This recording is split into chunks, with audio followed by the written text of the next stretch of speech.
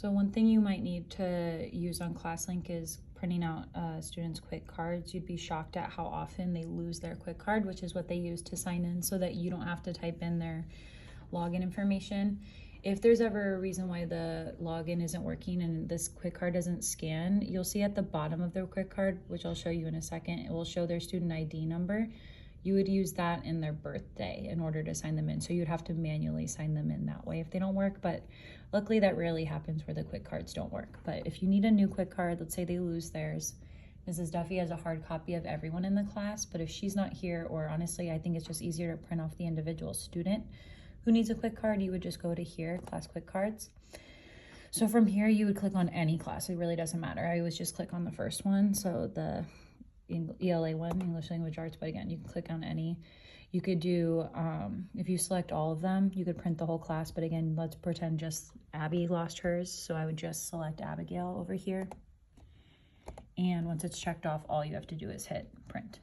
So once I hit that, it'll come up, and then I just hit print, and I tell them go up to Miss Melissa, ask for the quick card. When they come back, just have them cut it out, and then they're good to go. It just won't be laminated like the quick card that I gave them, but that's fine. One thing I always remind them too, sometimes they'll be like bending and folding them. If they do that, they're gonna mess up their QR code. So if their QR code isn't working and they say they can't scan in, I would take a look at it and see if it's all wrinkled and ripped here, because they like to mess with it. They would just need you to print a new one so that their QR code works. It's gonna be hard to see on here, but you can see the student's name, and then it is super blurry, but down here, you'll see it when you have the actual card, is their student ID number. So if you had to log them in, when you first come in for the email address, you would type in the 4 numbers, and it says like at Leading Edge Students or whatever their email is, .com. Their password is their birthday, so it's month, day, year. You would just type that in. And then once you open up the internet, you would click on ClassLink, which is usually a tab that's already up at the top. So you would just click on ClassLink, and then you do have to sign them in again. So you type in the same student ID number with the letter S in front, same birthday. If you need the birthdays, that's all. You can ask Melissa to help you find it on Synergy, or if you go in my big white student information binder, there's an information sheet on each of the students that has their birthday. It also has contact information for mom and dad if you ever need it, like phone numbers and email addresses. But that's for quick cards. The other issue we run into a lot is the headphones not working. I tell them as long as one side's working, they just need to tough it out, because I don't have any more good headphones with microphones. But I showed Mrs. Duffy where in the cabinet she can find more headphones if she has to. They just won't have a microphone anymore, which just means, unfortunately, when they read on a Mira, they would have to unplug their headphones and just read directly to the computer. But I tell them just try to tough it out if it's not working that great. But I do have some extra of the really cheap ones in my cabinet that Mrs. Duffy can show you if they're having issues. So besides that, any other computer issues that come up, you can always email tech, or you just kind of have to troubleshoot. Sometimes they just click on something they're not supposed to have. They accidentally mute their computer. So you would just have to kind of, try to do your best to figure it out and be a tech savvy person, because they do tend to accidentally click on things all the time. So their main computer programs are iReady for math and reading, and then Mira, which is going to be through HMH. I already told the class that you're probably not going to do leaderboards, which is like, I keep track of how many minutes they spend on iReady math and reading, how many stories they read on a Mira each week, to make sure whoever gets the most gets a candy. So just so you know, if they bring up leaderboards, tell them you're pausing leaderboards for the quarter, but when Mrs. Laser comes back, she'll do leaderboards with them again.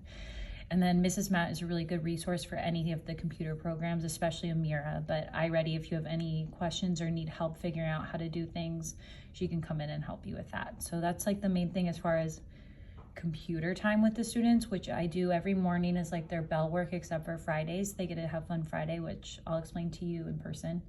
And then afternoons they get on their computers, and I switch off. So in the morning, one day they'll do iReady reading, in the afternoon they'll do iReady math, the next morning is iReady math, the next afternoon is iReady reading, and so on. You just want to make sure you're giving them equal time on both.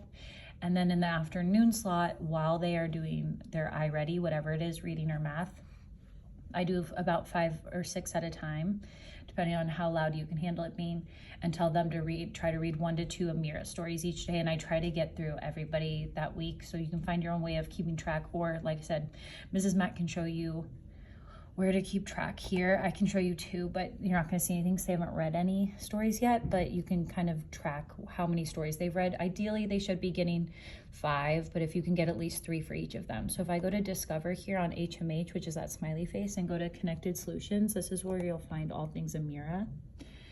I'll click on Amira. And then this is also where you would assign the benchmark that you'd need to assign. But again, Mrs. Matt can probably assign that for you and show you everything there. And then once you get here, you're gonna pull up the tracking report and it'll show next to their name how many stories they've read that week. So up here, tracking report is the main thing you would use just to make sure that they're getting their stories read. They won't show the stories until they've signed out though. So if they're reading right now, it's still gonna show 0. But obviously, like I said, since it's Monday morning, they haven't read any stories yet, but you'll see how many stories were read this week. So again, hopefully they get at least 3 each week in that afternoon time. So, and you don't really have afternoon time too much on Wednesdays when they have chapel.